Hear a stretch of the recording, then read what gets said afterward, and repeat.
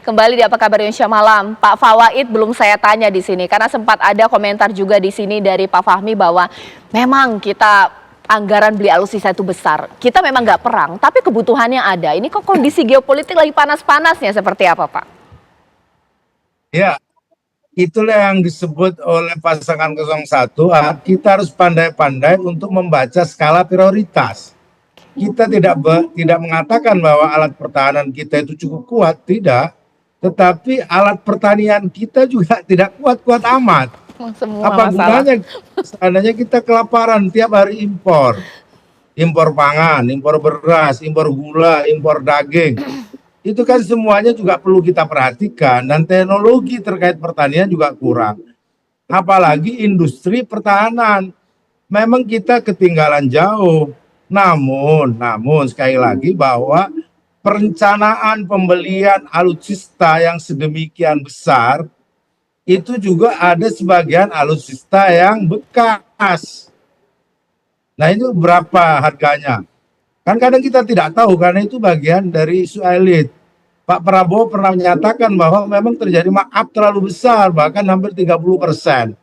Nah, oleh sebab itu, kita juga bisa dong mengkritisi dan menengarai bahwa proyek yang besar untuk pembelian alutsista ini juga bagian dari yang harus kita buat transparan. Itu satu. Yang kedua, industri pertahanan kita juga kecil. Tidak berkembang sedemikian baik. Yang kedua, untuk dunia internasional, kita harus memerankan diplomasi internasional yang sampai detik ini Indonesia kurang begitu berperan di dunia internasional. Bukan karena kita kecil, bukan. Indonesia di kawasan Asia ini adalah, atau di kawasan Indonesia sungguh luar biasa besar. Dia pemimpin ASEAN. Tapi kan selama ini juga tidak menunjukkan kepemimpinan baik di kawasan apalagi di dunia internasional. Nah, itu soal diplomasi. Nah, oleh sebab itu pasangan 01 ingin mengangkat diplomasi kepemimpinan Indonesia ini lebih berperan lagi di tingkat global. Misalkan mau ikut di konflik Ukraina, ternyata juga proposalnya juga tidak diterima.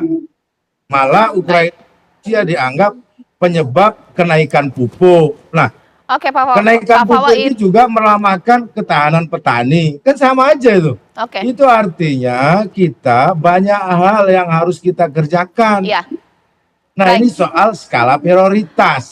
Ditahan dulu Pak Fawaid, tahan dulu. Baik, saya minta langsung dikomentarin. Udah banyak sekali tadi kritik ya, mulai dari beli alutsista bekas, anggaran transparansi, bahkan juga lain-lainnya. Boleh dikomentarin. Ya, itulah kita ingin menyampaikan kepada masyarakat, bukan politik menakutkan, bukan untuk menyebarkan ketidakpercayaan, tetapi kita sangat optimis. Kalau tadi yang dikatakan soal transparansi, ada 8 titik mulai dari perencanaan, itu mulai dari Bappenas, lantas dari Bappenas sudah diselesaikan Kementerian Pertahanan, untuk menjadi DIPA itu ada BPKP untuk memastikan bahwa apakah ini anggaran diperlukan dan barang ini diperlukan atau tidak. Selama masanya itu ada namanya internal Kemhan, pembinaan itu Irjen, lantas ada juga yang ada elemen masyarakat di situ, ada KKIP, dan setelah selesainya ada BPK, setelah BPK dan nanti itu ada lagi dari pajak, dari bea cukai. Dan ini adalah semua adalah instrumen pengawasan yang sudah ada sekarang. DPR itu memang melakukan fungsi legislasi dan juga budget. Itu kan budget itu menjadi satu-satunya adalah dari pemerintah yang tidak bisa dari inisiatif DPR. Tetapi berdasarkan keputusan MK, kan DPR itu tidak bisa membahas sampai detail 1 tahun 3. Akan tetapi bukan berarti itu ada pengawasan yang lebih longgar. Nanti dalam pertanggungjawaban itu kan adalah instrumen pemerintah, instrumen negara adalah BPK yang akan mendrill down secara jelas. Dan setelah menjadi APBN, setelah perencanaan, itu dipublis di website di Kemenkeu, bisa dilihat sampai satuan 3. Nah, disitulah dimana makanya kalau dibilang transparansi, tidak transparannya di mana. Nah, ini yang kiranya perlu disampaikan. Jadi jangan menakut-nakuti masyarakat dengan ini tidak transparan, ini tidak percaya, jangan percaya apa yang ada sekarang. Tidak, ini sudah ada sekarang. Membelinya pun juga ada undang-undangnya, undang-undang industri pertahanan. Ya, nanti Pak Fahmi sesaat lagi saya mau tanya, sebenarnya butuh tidak sih Indonesia posisi saat ini dari kondisi geopolitik punya postur pertahanan yang kuat, mengingat ada sempat beranggapan kayaknya Indonesia cukuplah dengan soft power, dengan diplomasi, atau memang kondisi geopolitik perang Indo-Pasifik kita harus kuat dari anggaran pertahanan kita untuk militer.